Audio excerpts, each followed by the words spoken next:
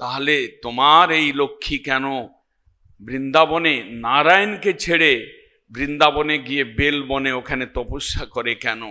নিশ্চয়ই কৃষ্ণের মহিমা অনেক বেশি অধিক রয়েছে।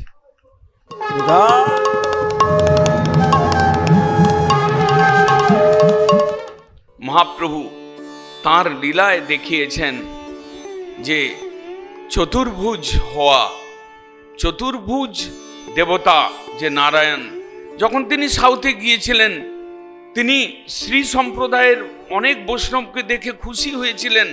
তিনি বেঙ্কট ভট্টকে দেখে তার ভক্তি, তার নিষ্ঠা, তার জপ এ সকল দেখে তাকে প্রশংসা করেছিলেন।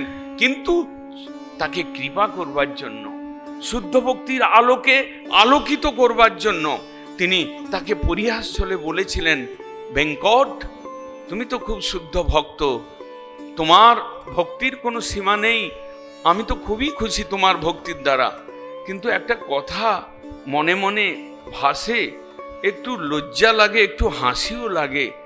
তুমি যে নারায়ণের উপাসনা করো তার চারটা হাত, আর সে আবার তার স্ত্রী লক্ষ্মী দেবী, সে আবার নারায়ণকে ছেড়ে বৃন্দাবনে বেলবনে গিয়ে কৃষ্ণের সঙ্গ চাই, এ কি ব্যাপার? বলছেন না না, এটা কি আপনি বুঝতে পারছেন না? নারায়ণ এবং কৃষ্ণ একই ঐশ্বর্যে ইনি প্রধান, আর মাধুর্যে একটু বেশি কৃষ্ণ, আর কোনো তফাৎ নেই। তত্ত্ব তো অভেদোপি, নারায়ণ আর কৃষ্ণের কি ভেদ? কিন্তু মহাপ্রভু বললেন, তাহলে তোমার এই লক্ষ্মী কেন বৃন্দাবনে নারায়ণকে ছেড়ে বৃন্দাবনে গিয়ে বেলবনে ওখানে তপস্যা করে কেন? নিশ্চয়ই কৃষ্ণের মহিমা অনেক বেশি অধিক রয়েছে।